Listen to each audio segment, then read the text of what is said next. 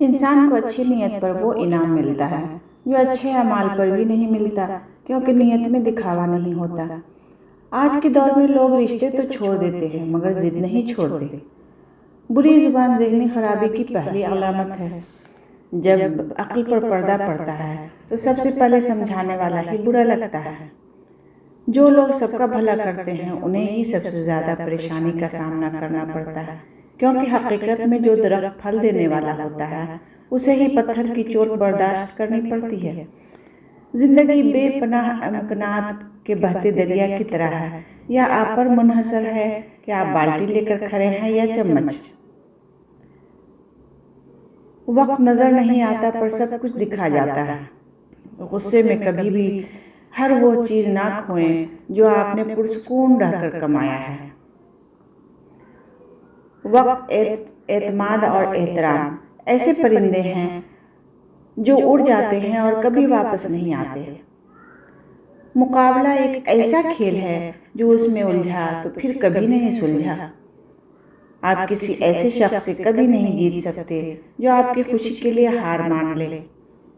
اگر کسی کی صحبت سے آپ کے خیالات پاک ہونے لگے تو سمجھ لیجئے کہ وہ کوئی عام آدمی نہیں ہے۔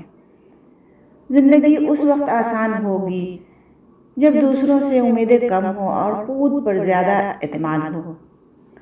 انسان کا وزن ہر بار تولنے سے نہیں، کئی بار بولنے سے بھی پتہ چل جاتا ہے۔ احسان کا شکر ادا کرنا آداب ہے، لیکن شکر گزاری کو زندگی بھر یاد رکھنا ثقافت ہے۔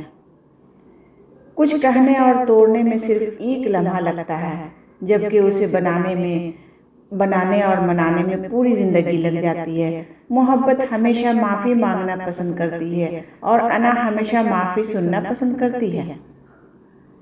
ایک صبح تھی جب ہم ہنستے ہوئے اٹھتے تھے اور آج کئی بار شام بغیر مسکرائے گزر جاتی ہے۔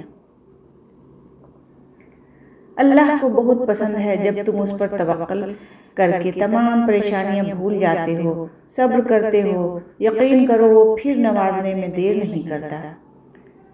جب اکیلے سفر میں چلنا آ جائے تو خود سے اچھا کوئی ہم سفر نہیں ہوتا۔ تعلق رکھنا کوئی کمال نہیں، تعلق نبھانا بہت بڑا کمال ہوتا ہے۔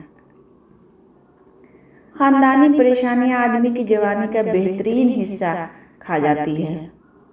غصے میں بولا گیا ایک سخت لفظ اتنا زہریلا ہو سکتا ہے کہ ایک منٹ میں آپ کی 1000 پیاری باتیں تباہ کر سکتا ہے۔